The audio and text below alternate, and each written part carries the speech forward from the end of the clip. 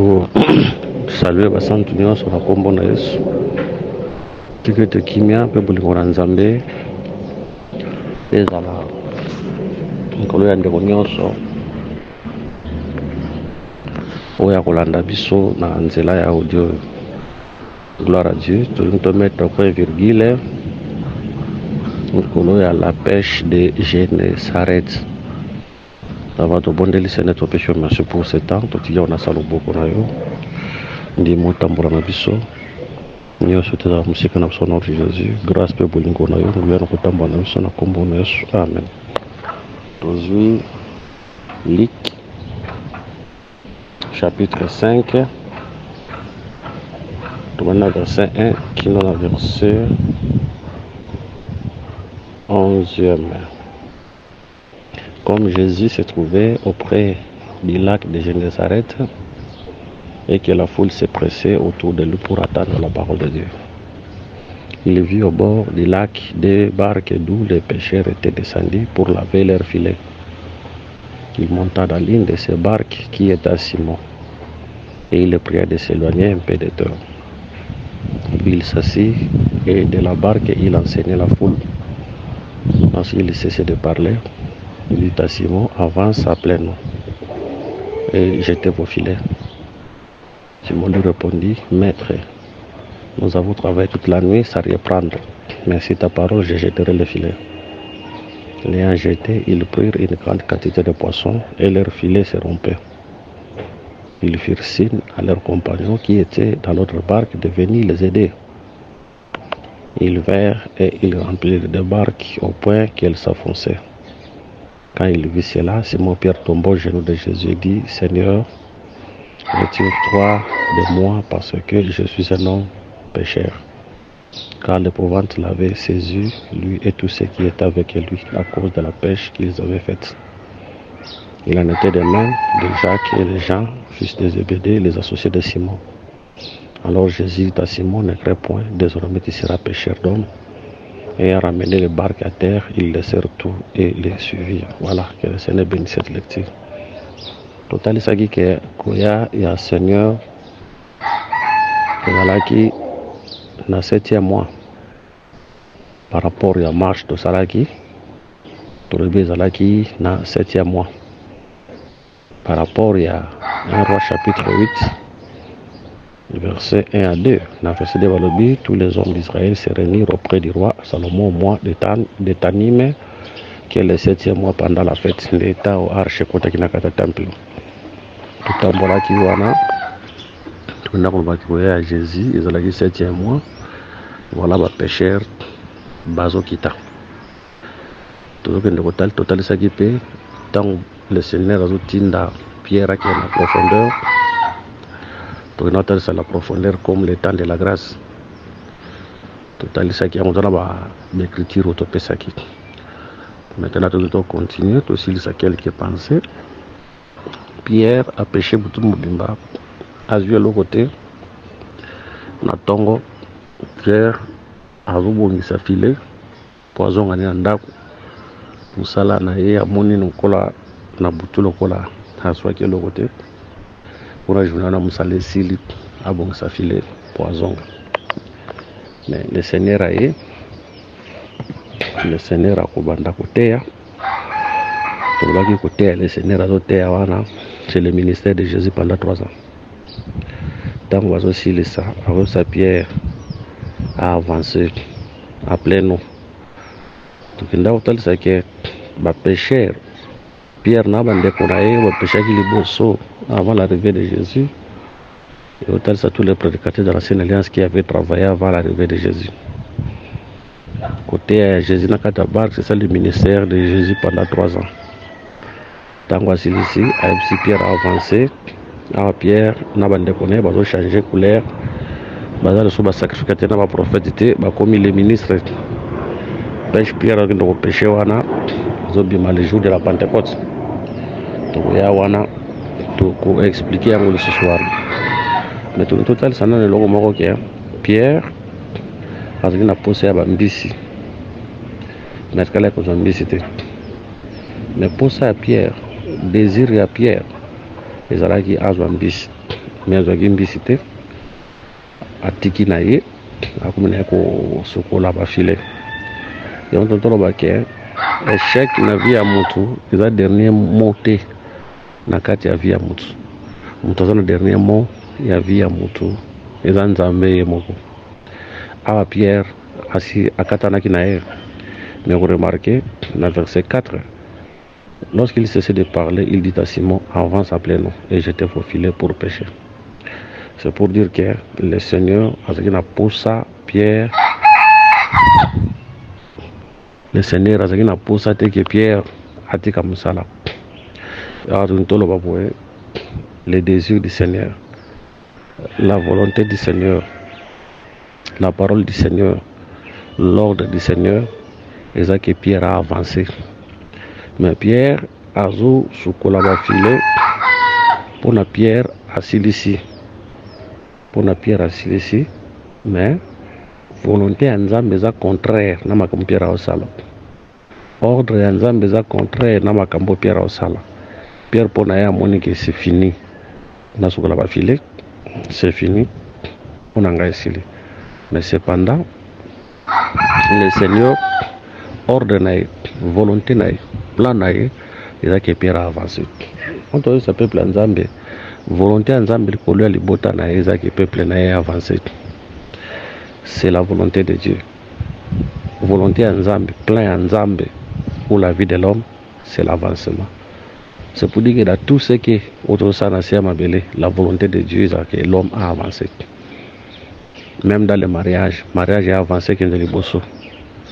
Même dans Moussala est avancé et qu'il y a des bossos. Dans Nyos, le Seigneur a besoin que l'homme a avancé. Voilà pourquoi ceux qui m'ont dit que ta vie a moniqué, avancé, mais il faut se poser beaucoup de questions. Parce que volonté en Zambie, c'est que mouton avancé.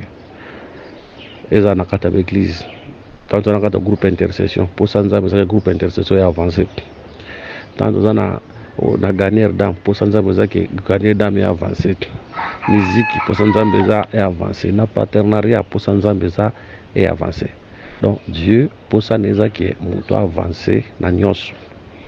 Voilà pourquoi quand l'homme échoue dans la vie, il faut zonga katinae amitala. Parce que, non, tout le monde ceux qui ont échoué dans la vie à croire dans l'échec wanate. Ceux qui ont échoué dans la vie à croire dans l'échec wanate.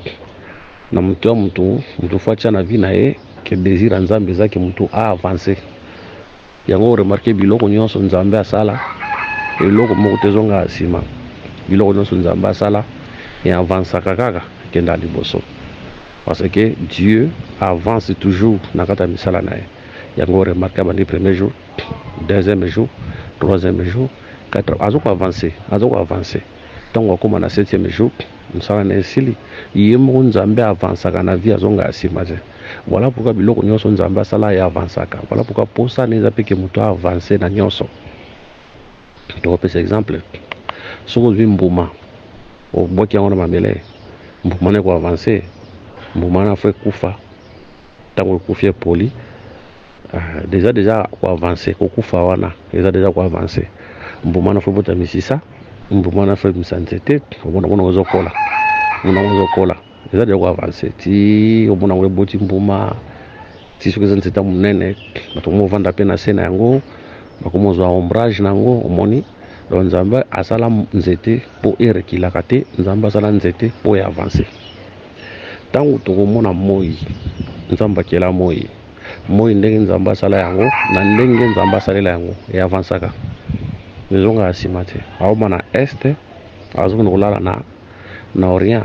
Donc c'est pour dire que le soleil ya avansaka kaka na vie na ye ndenge nzamba salela mai par rapport à source na yango esike bimeli oremaka ekendaka kaka ya avansaka kaka ekendaka kaka ya avansaka. Cela veut dire tant nzamba keli biloko na ye akelaki yango na posa et avancé et zonga simate.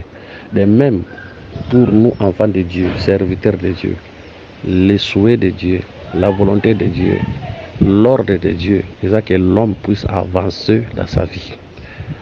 Pour ça on a besoin de avancer à Kendeli Bosso. Mais ceux qui nous ont avancé tel que nous les sauter, nous te faisons mitala et moko. Soit les habitumba, soit tout qu'est-ce que tu connais pas. Qu'est-ce qu'on peut dire peut-être la volonté de pour ce temps-là, ou soit nous tuer mon ondalinginae pour avancer. Parce que la volonté de Dieu, c'est ça qui nous doit avancer. Voilà pourquoi nous sommes tous appelés à avancer. À avancer dans la prière, à avancer dans la connaissance, à avancer dans l'église, à avancer dans nyonso tosalaka na sia mabele. Et dans la vie na biso personnelle, et dans la musala ya Nzambe, nous sommes appelés à avancer et okende liboso tito kende ko atteindre perfection ne sika Nzambe alingi. Mais on a remarqué to kende ko talisa ke tant le Seigneur a joué bisa Pierre avance à plein nom.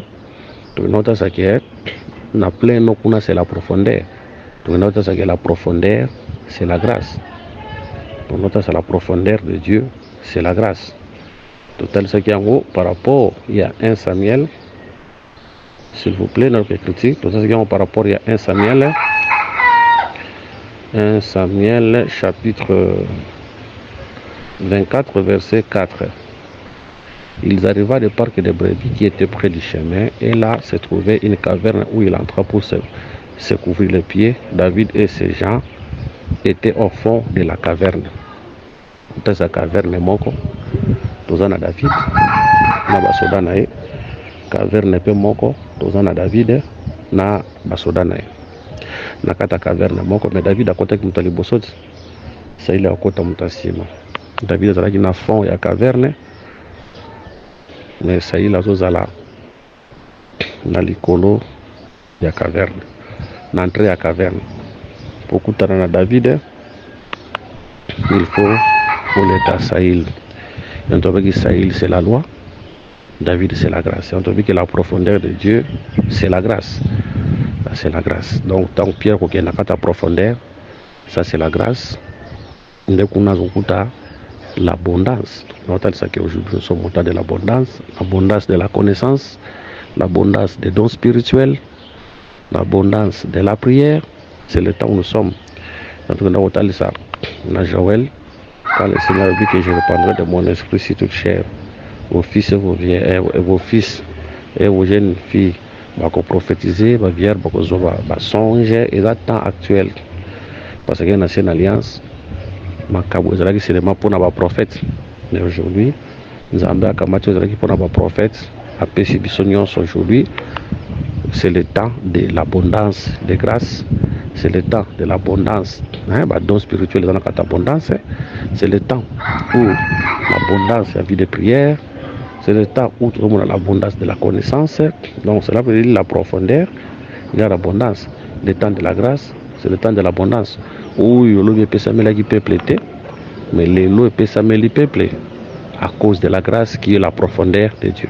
Donc Pierre, il fallait qu'il y ait bon avancé tina kati na profondeur pour habiter la abondance. Tozui une écriture, tozana mukanda ya un roi, chapitre 18. Un roi chapitre 18. Tout le monde verset 41. Et il dit à Akab, monte, mange et bois, car il s'est fait bruit qui annonce la pluie. Akab monta pour manger et pour boire, mais Élie monta au sommet du Carmel et se pencha contre terre. Il mit son visage entre ses genoux. Il dit à son serviteur, monte, regarde du côté de la mer. Le serviteur monta, il regarda et dit, il n'y a rien. Il n'a rien. Et il dit, cette fois, retourne. À la 7e fois, il dit, voici un petit nuage qui s'élève de la mer et qui est comme la paume de la main d'un homme. Et il dit, monte, et dit à Akab, attelle et descend afin que la pluie ne t'arrête pas. En paix d'instant, les ciels s'obscurcissent par des nuages. Les nuages, le vent s'établit et il y eut une forte pluie. Akab monta sur son char et partit pour Israël. Et l'ami de l'Éternel fit sur Élie qui se saignit les reins et courut devant Akab jusqu'à l'entrée d'Israël. Voilà, que le Seigneur bénisse cette lecture. Tout le monde a Élie, après ce sacrifice. Après avoir fait ce sacrifice, Elias a mata likolo ya ngomba. Azo mata likolo ya ngomba, tanga mata likolo ya ngomba, kuna agenda kosani. Kuna Bible lobike. Kuna Bible lobike achaki mutu na ye na katikati ya makolo. Donc abandaki ko prier. Nous devons d'abord rappeler au peuple que likolo salaki 3 ans et 6 mois, ils allaient qui fermer. 3 ans et 6 mois. Donc, tu vois le likolo de Fungwama, na 3 ans et demi, soit na 4e année. Pour les 6 mois, on a déjà 4e année. Maintenant, pour likolo de Fungwama, il faut appeler Sanyama. Il faut mata likolo. Likolo de Fungwama qui, à cause, il y a Kabo à la roi. Nous avons na libala na Jézabel. Akab comme le roi c'est Adam. Parce que Adam en Éden était tout un roi. Nous avons pensé qu'il y a autorité et pouvoir. À cause de la transgression d'Adam, le ciel était fermé. Nous avons besoin de couper sa mouli, mon n'avait pas mouti, avait retiré son esprit. C'est l'alliance. De tous les 3 ans et demi, nous avons passé une alliance. Au total, ça fait 3 ans et demi, 6e mois, on a 4e année. Il faut pour affronter l'école. Mais premièrement, il faut pour Abonzanyama. Sacrifice, il y a des savana, donc le Seigneur devait donner pour Élie soit pessi Nyama, assis qu'on pèse Nyama, il y a comme Matsko le Kolangomba, à qui nous intercéder pour me vouloir bêta. Tout le Nyama, il y a des pèses à l'œuvre de la croix. Comme Matalikolo et Angomba qui nous intercéder, c'est pour dire que quand le Seigneur a ça la lèvre de la croix ici, à Matalikolo qui nous intercéder pour que les jours de la Pentecôte, vous là, et bêta. Donc il y a pessi Nyama, après Matalikolo et Angomba, à intercéder, vous voulez bêter. Ils ont dit ça, le Seigneur a pessi nous autres comme sacrifice à la croix, après Matalikolo a intercédé, et les jours de la Pentecôte, tout le monde, vous là, et bêter. Parce que vous remarquez qu'avant vous l'avez mon pépé qui n'a les bossos, bon vous l'avez bêté. De par la réception de la Pentecôte, tout à coup il va impétuer. C'était l'arrivée du Saint-Esprit pour confirmer que le Saint-Esprit c'est toute une pluie. Le Saint-Esprit a un boula, ma casque, le boula nyonso, tout le monde a un bouclier. Voilà. Voilà les aspects moko. Mais aspect de l'indo simba wa, vous remarquez, Eli a mati de coller en gomba. Pour mater Eli, l'icolo Yangomba, Eli, il faut intercéder 7 fois. La 7e fois, de Mvula, de Gobeta. Tout le dit, Eli véritable, c'est le Seigneur Jésus. Pour la Matthieu chapitre 16, par exemple, on va comparer avec le Seigneur, on va comparer avec Eli, Matthieu 16, 13. Tout le monde dit que le Seigneur a représenté tous les prophètes. À tous les prophètes. Mais tout le monde que le ciel était fermé, il fallait qu'Élie a intercédé 7 fois. La première fois, vous l'avez bêtité, la deuxième fois, vous l'avez bêtité, la troisième fois, vous l'avez bêtité, la quatrième fois, vous l'avez bêtité, la 5e, la 6e, vous l'avez bêtité, la 7e fois, il y a intercession à y les les obéta. Et on te dit que Pierre, ce qui est en profondeur, à ce qu'on profondeur, comme 7e fois. Parce que tu as dans Héros chapitre du verset 1 à 2 que le Seigneur était venu dans le 7e mois. C'est pour dire que la profondeur est tout mal le 7e mois. La profondeur est tout mal la 7e fois. Il y a intercession à Élie. Directement là, tu as 6 fois où Élie a intercédé. Vous les bêtes quitté. Les autres m'appellent le temps de la loi et des prophètes. Ils ont appelé le temps de la loi et les prophètes, où les prophètes avaient prié, mais le Saint-Esprit et Pessamaki n'est pas peuplé, le ciel était toujours fermé, l'abondance des alakités. L'abondance des alakités, parce qu'on remarquait que Nakati Amboka sécherait ces alakités. Boka ou qu'est-ce que Nakati Amboka? Pourquoi? Parce que l'eau est alakités. Boka ou qu'est-ce que maintenant, il faut Eliasambé la 7 fois. Donc, les 6 premières fois, ils ont le temps de la loi. Il avait la sécheresse parce que le ciel était fermé. Il n'avait pas la pluie. Mais la 7e fois, il y a intercession à Élie, ils ont le temps de la grâce, où le Seigneur monte à la croix, il intercède. On a fait une parenthèse pour dire que les 7 fois, il y a intercession, et comme on appelle les 7 paroles de Jésus-Christ à la croix. Les 7 fois, il y a intercession à Élie, et les 7 paroles de Jésus-Christ à la croix. Mais j'ai fait cette parenthèse pour nous zonga un aspect, on appelle ça qui, pour nous les 6 fois, les bêtes, c'est le temps de la loi, mais 7e fois, les bêtes, c'est le temps de la grâce. Les autres, parce que le temps de la grâce, c'est le temps de l'abondance. Et quand la pluie va tomber, notre monde a verdir et copie mal sous. Bilo a collé au sein de Pesama. Et on te dit que tant vous les alagité, beaucoup que zalaki, sécheresse zalaki, ma belé go bota ma titité, pour vous les athées. Et tant vous les ozonga ma belé, il faut bota ma titi. Voilà. Nous avons dit que l'intercession Christ, 7e fois, on a toujours les 6 premières fois, comme le temps de la loi, 7e fois, comme le temps de la grâce, où Christ a intercédé, les 6 premières fois, comme l'intercession des prophètes, des sacrificateurs, où nous sommes tapés sa magité, mais la 7e fois, nous sommes tapés sa magité, la prière à Christ à la croix, nous sommes tapés sa magité, nous sommes les bêtes. Or, quand la pluie tombe, la pluie est répondue comme ma abondance. Mbula tango zobeta comme ma abondance na kata via fo matiti bota na olinga kosimba ezaite pour tala sakelo bananga comme la pluie soki beti nango simba spe wana te maintenant simba kana spa ko tala saké soki mvule beti matiti il faut bota avec abondance. Donc c'est pour dire que soki sécheresse ezalaki pour mvule ezalaki te, mais tant mvule yé faut tout mon matiti bota, c'est le temps de l'abondance, c'est le temps de la grâce. Au cas le Saint-Esprit est venu a une abondance à matiti toujours comme la foi na katia peuple, matiti toujours comme les dons spirituels na katia peuple. C'est pour dire que quand la pluie tombe, il faut tout le monde constater l'abondance na ma belé. Faut tout le monde l'abondance na ma belé. La terre fait produire. La terre fait produire verdure. C'est le temps de la grâce. Ou quand le Saint-Esprit est venu, le Saint-Esprit nous a amené l'abondance. Il y a un passé parce qu'il a d'autres prédicateurs qui parlent la langue. Il y a des prédicateurs qui parlent la langue, qui parlent la langue diabolique, parlent la langue démoniaque, parlent la langue démoniaque, parlent la langue doctrinale. Les apôtres parlaient la langue. Ils priaient la langue. Ils parlaient la langue, les doctrinales. Mais le problème c'est que le ministère, le Seigneur a campagne afin que, à orienter afin que ça la manakati à ordre.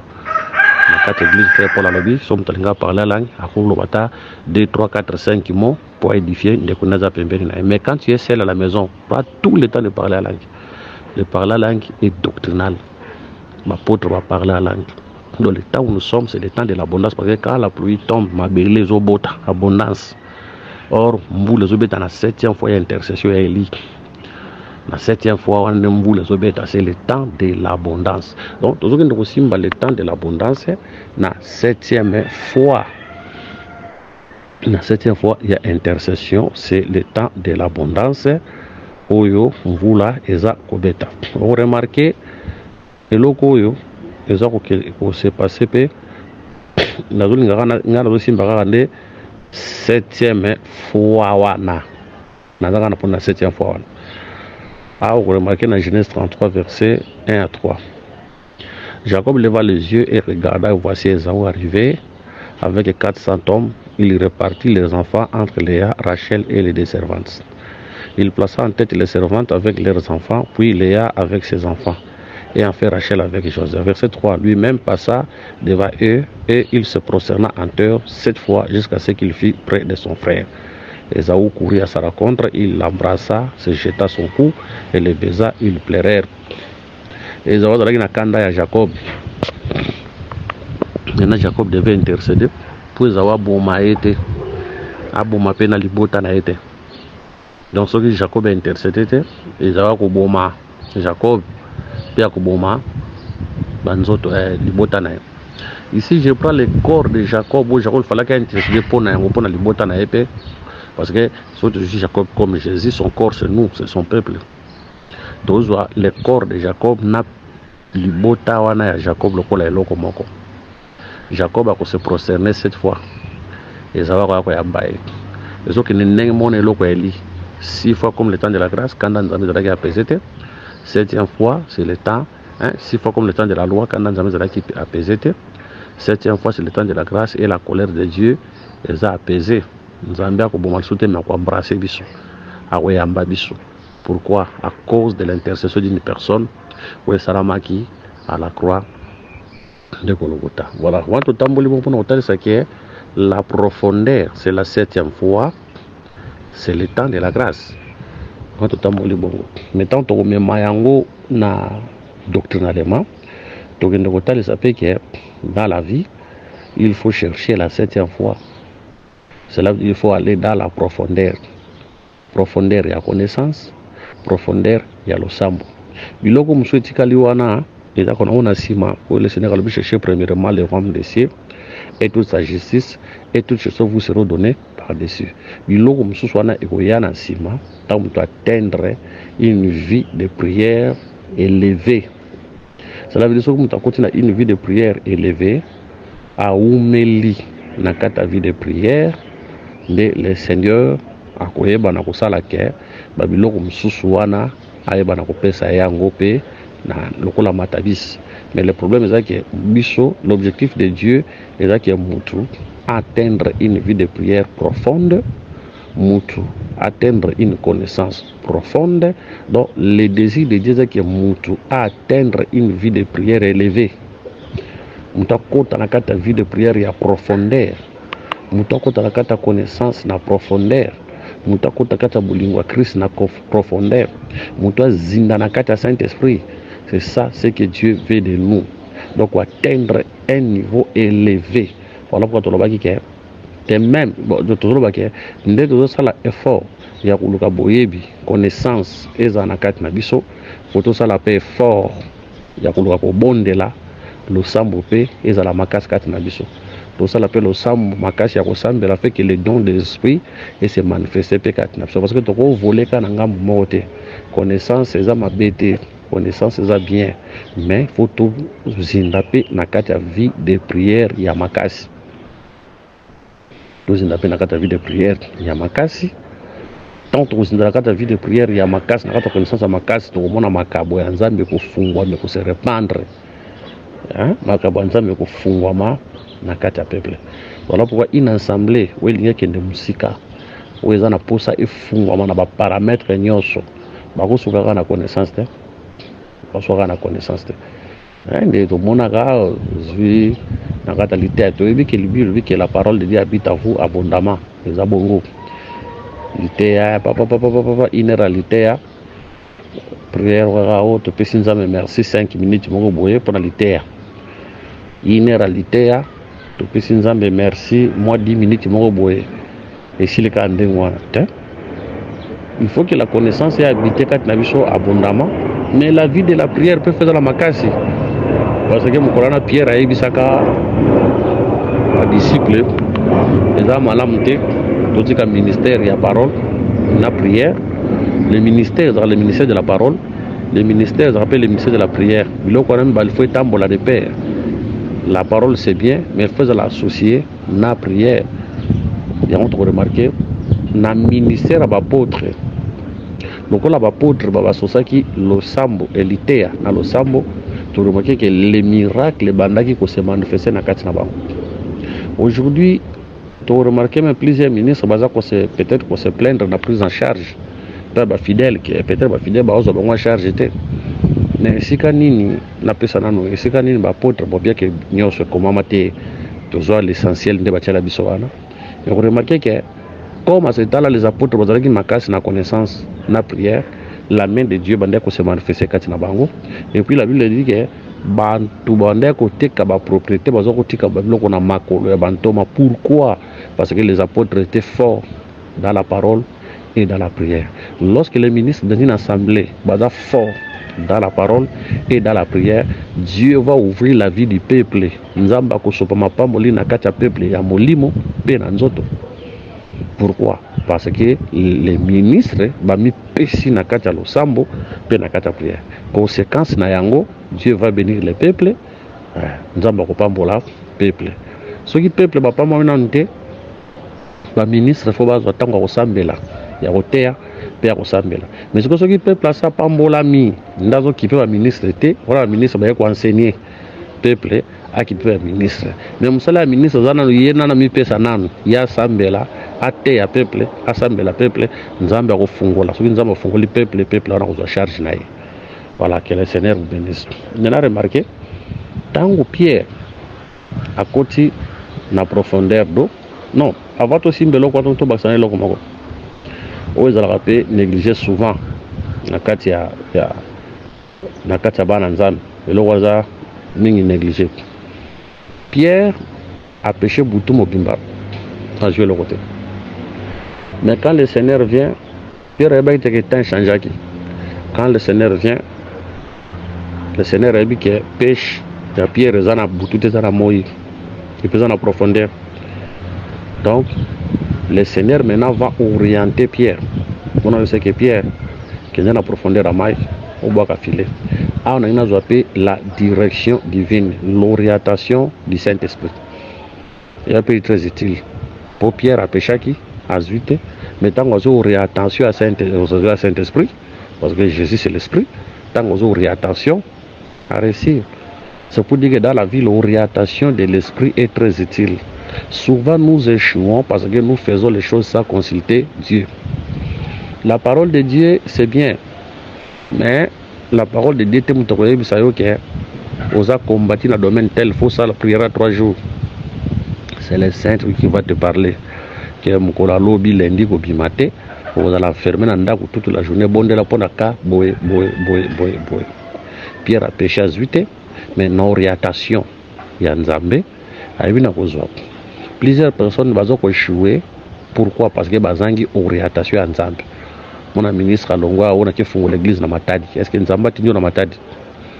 Ministre Alongwa on a fait fondre l'église soit en Afrique du Sud, Nzamba tinyo en Afrique du Sud. Il faut que vous allez orienter. Et bien les bateaux qui échouent bongo. Les bateaux qui sont de Dubaï, mais quand on a peine qui sont à Dubaï, est-ce que Nzamba sont de Dubaï? Bateau ça la bonne mikolo bateau teka bo bateau resinga peine teka yango est-ce que Nzamba ebiso teka yango? La réussite et batami nakata orientation ya Nzambe. Hein?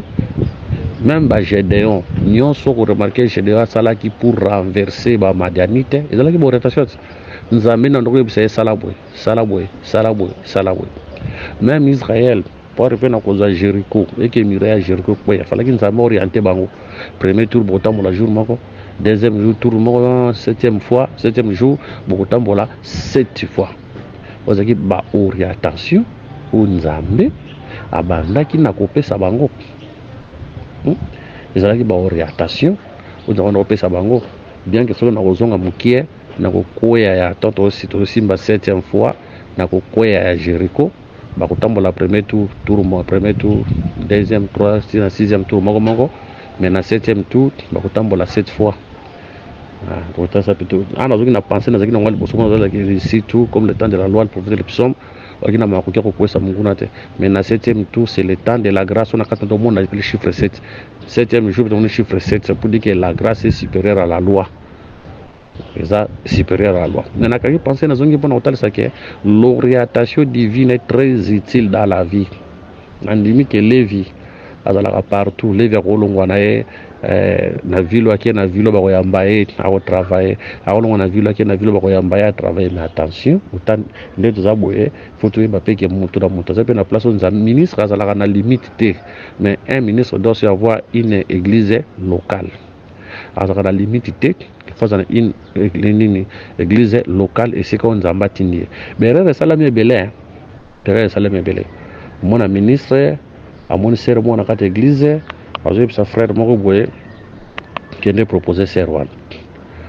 Frère atuni papa na ministre. Papa bondeli Nzambe otenga Nzambe ndengai. Ngai ne Nzambe na ebisio. Donc remarquez peut-être serwan za sorcier.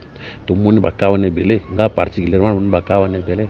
Na moni ba ministre moko to oriental qui n'est pas ministre a proposé à maman moko boy azaka na kati église maman moko boy maman na kufela ka mobali avant dans l'église pasteur leki nepe pasteur ayebisi leki na ye mwasa obala ye wana leki lokola ayebiki yaya na ye okaka nzambe mingi ayebisi bongo leki akeye abali ye soka ye atunaki nzambe te leki akoya kokufa leki mpe pasteur akoya kokufa mais par après barecherche babake mama wana azalaki sorcière akufela da mibali mibale plus pasteur wana leki ya pasteur mosusu wana yakoma lokola troisième mobali. Pourquoi? Parce que tango yaya na ye pasteur amonaki mwasi aconsultaki volonté nzambe te ayebisaki ka yango beaucoup de ministres batie mpe bato ebele na baerreur. Voilà pourquoi un bon ministre ava mpe aorienté bato fo ayokana mpe volonté ya nzambe ser aye na mibali mibale liboso ya ministre oyo asalaka te papa tala bato mibale bazopropose ngai ministre okola mona waza na mbongo ayebisi ekende mpo ya mbongo mais peut-être aza sorcier peut-être aza mobali avi na ye te. Donc un ministre pour orienter le peuple de Dieu doit se prendre le temps de prier. On a un exemple mosusu na yebi ensemble moko na yebi mpe ya monene ototanga kombo te ministre wana na kati ya baserviteur oyo baza kosala na ye ensemble serviteur moko alingaki abala ye pasteur abengi serviteur ayebisi tala ser wana bala ye nzoka ser wana azalaki sorcière tibeyaka kokabwana na ye maintenant natindaki ye ministre mtatindaki. Voilà so tomona makambo wana mingi tomona makambo wana mingi kutana na ministre ayebisi yo proposer ser wana yo tuni tulaki volonté nzambe otengi nzambe nde ngai proposer ser wana mais par après esimbi nango te misala mabe so ezalaki nango mpe ya nzambe te. Donc l'orientation divine est très utile dans la vie. Plusieurs personnes baza na baplace oyo nzambe alingi te bazala. Plusieurs personnes ake Angola, est-ce que nzambe azali na Angola? Ake Dubaï, est-ce que nzambe azali na Dubaï? Est-ce que nzambe azali na Chine? Cherche l'orientation. Est-ce que nzambe alingi ozala zala wana Dieu te bénira? Est-ce que nzambe alingi ozala? Ce n'est pas pour rien hein? Quand Israël campait dans le désert, on remarquait que Juda faut camper dans rien. Dan faut camper dans le nord, Ephraïm a campé dans l'Occident, Péridan a campé dans le midi. Est-ce que ça hasard tiens? Si on a une place à campement, on a une camper, on a place où on a nzambe te. Ceux qui Juda qui campé dans l'Occident, nzamba ko silikela, nzamba ko telemela, nzamba ko frapper, aza suna nzambe te. Pour nzamba c'est pas na Juda fois en Orient. Pour nzamba c'est pas na Ribe fois à la midi. Pour nzamba c'est pas na Dan fois en nord. Pour nzamba c'est pas na Ephraïm fois à la Occident. Donc la direction divine est très utile dans la vie lorsque les choses sont devenues, exemple, bloquées. Tout le monde a cité, il faut que ta prière, il faut chercher la direction divine. Il faut que l'orientation à Saint-Esprit. Père, je suis bloqué. Nalikambo o nasala nini. Nasala nini. Tobo ite ma permutation à l'assemblée. Tobo ite, ça peut arriver que dans une communauté, côté kuna eza soit na pes. Il faut ministre soit balonga kotoba kende ko travailler kuna soit balonga kotoba kende ko travailler kuna eza mabete eza bien mais avant toutes choses il faut chercher l'orientation divine. Ozo kende kuna est-ce que nzamba pession nzelo kende kuna est-ce que nzamba pession nzela plusieurs ministres babomisi bana ebele pona biloko wana plusieurs ministres ba vanda kimia ta conséquence ya vanda kimia a lobelo côté mais décision ne utake pa na e ti mwana nake kukufa yini mtatindaki asa eloko wana mais atunaki nzambe te avatinda mwana wana asa eloko wana atindaki nzambe te mais les dieux qui sont de la cœur les reins ayebi nyonso. Donc ato ça n'a pas peuple nzambe il faut chercher la volonté de Dieu. On voyager chercher la volonté de Dieu. Olingo salabwe chercher la volonté de Dieu. Olingo salabwe chercher la volonté de Dieu. Si on cherche la volonté de Dieu on va réussir. On va la bloquer. Mais sur le qui volonté ensemble pour réussir. Sur le qui volonté ensemble, on va réussir. Voilà, moi je connais, moi parce que aux États-Unis, parce que dans qui bloqué, le ministère aussi mbatté, Maramodo simbaté, tout bloqué. As vu ensemble, avec une assemblée de la Mouké. agent assemblée tikeli mninga na bi yo tikala na ko comme ensemble na lukana nzambe a se retirer akena prière à 1 mois a sali prière à 1 mois ce qu'on a prière à 1 mois za makambo nzamba ebisaki tango asilisi prière azongi azui makambo nzamba ebisaki wana achango en pratique assemblée fungwama. Donc nous devons chercher l'orientation du Saint-Esprit. Pour tout le cas, l'orientation du Saint-Esprit dans tout ce que nous faisons aujourd'hui. Il faut chercher l'orientation du Saint-Esprit. Et vous allez malade. Pourquoi aujourd'hui beaucoup de pères là concernant bateau continuer à ministère? Pourquoi plusieurs pères sont en train de pleurer pour na bateau continuer à ministère? C'est parce que bachaki mama beaucoup ba kinzambete. Bachaki batu maboko ba kinzambete. Voilà pourquoi bazo créer ba dégâts. Bachaki bango maboko ba kinzambete. Voilà. Donc l'orientation divine est très utile dans la vie. Muto ayoka nzambe soka échouer na vie, eza faute nzambe, eza faute na yemoko. Muto ayoka nzambe abonde la mingi, ataka makambo nzambe bisaki na misala, a réussir peu importe les difficultés dans sa vie. Voilà. Donc ko zo parti ya suka ndeko talisa mena Pierre tango akoti abandi ko péché. Bible le bique Pierre azoki bambisi ebele barke tondaki. Lokola barke da bako tondaki moyen maintenant ya ko continuer zalaki te kaka la barke na ko benga barke muso zalaki pembeni e ya kusunga bango po bacha bambisi na kata barke wana eloko wana ezotalisa nanu ke parce que bambisi bazo bima toujours bambisi ko la peuple donc on talisa barke liboso comme la maison d'Israël qui devait d'abord recevoir les salis au libuta falaba bika kuna bongo après sali et ko ya barke mi balé ndio talisa biso bikolo tozui écriture moko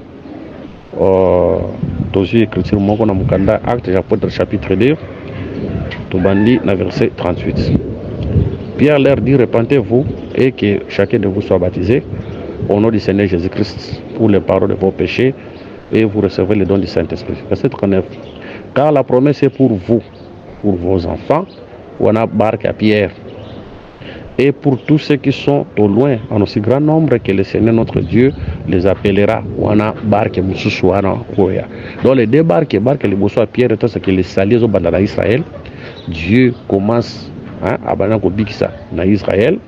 Bongo akoya ko bikisa oyo barque wana mususu ndebiso. Et ça sous répété dans Acte chapitre 1 verset 8. Acte verset 8. Mais vous recevez une puissance, le Saint-Esprit reviendra sur vous et vous serez mes témoins à Jérusalem, wana barque liboso, dans toute la Judée, wana barque liboso à Simon, dans la Samarie et jusqu'aux extrémités de la terre. Wana babimi donc babandina na Judée, bon Samarie et là qui mélange à Israël parce que tant Israël a qui déportation, bazwaka ba nation mususu ba ocha bango na Samarie. Alors ba Samarie bazala qui considéré comme les étrangers. Mais l'évangile est au bandana Jérusalem na Galilée. C'est ça la barque de Pierre. Ko bimisa yango na Samarie. To ko zape Samarie pour Israël, kaka toujours Israël, mais surtout tenir compte ya bato ba magape 5 nations ba ocha wana comme nazolo ba je crois si je ne me trompe pas. Et ça na 1 roi chapitre 17 si je ne me trompe pas, je pense dans 1 roi, non, dans 2 rois chapitre 17, comme dans Zoloba, je pense dans 2 rois chapitre 17. Oyo, et c'est comme Azui, nation Moussousou, 1 roi chapitre 17, verset 23, il dit que l'Éternel chassait Israël loin de sa face, comme il avait annoncé par tous ses certains prophètes. Et Israël a été amené captif loin de son pays en Assyrie. Il est resté ce jour, verset 24. Le roi Assyrie fit venir des gens de Babylone, de Kuta, Avoa, de Hamath et de Sepharvaïm. Il les établit dans les villes de Samarie.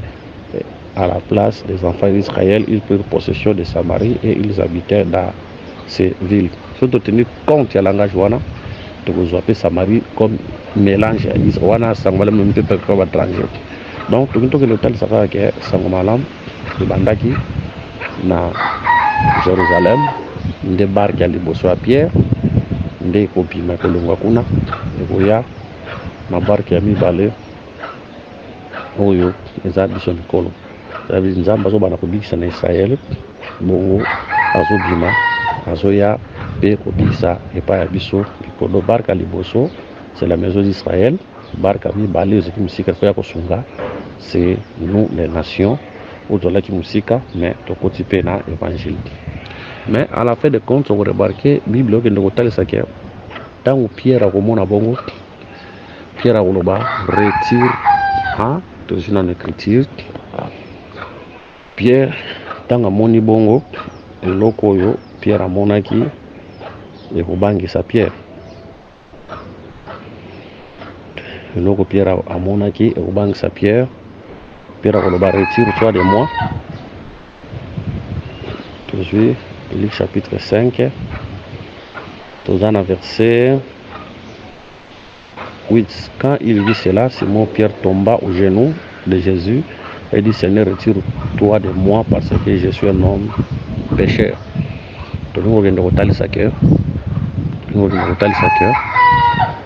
Quand on raconte les miracles du Seigneur, faut-il adorer Nzambe. Les miracles. Quand un prédicateur Nzamba utilisait un miracle, l'objectif des miracles, c'est ça que Mutu aeba na adorer Nzambe. L'objectif des miracles, c'est ça que Mutu aeba na adorer Nzambe. Ozong sa gloire pas ya Nzambe. Kofuka mela Nzambe. Mais quand un prédicateur comme la gloire na sima miracle, tu comprends que le miracle na uti nango pa Nzambe te. Parce que aujourd'hui, tu comme mona batu après avoir kosala musala, tu comme ko se glorifier, tu comme ko pa miracle. Atana munoko aolobaki Nzambe na sa mutema aza conscient que aza ko ngana za danser ngana leki bango ngai nde te.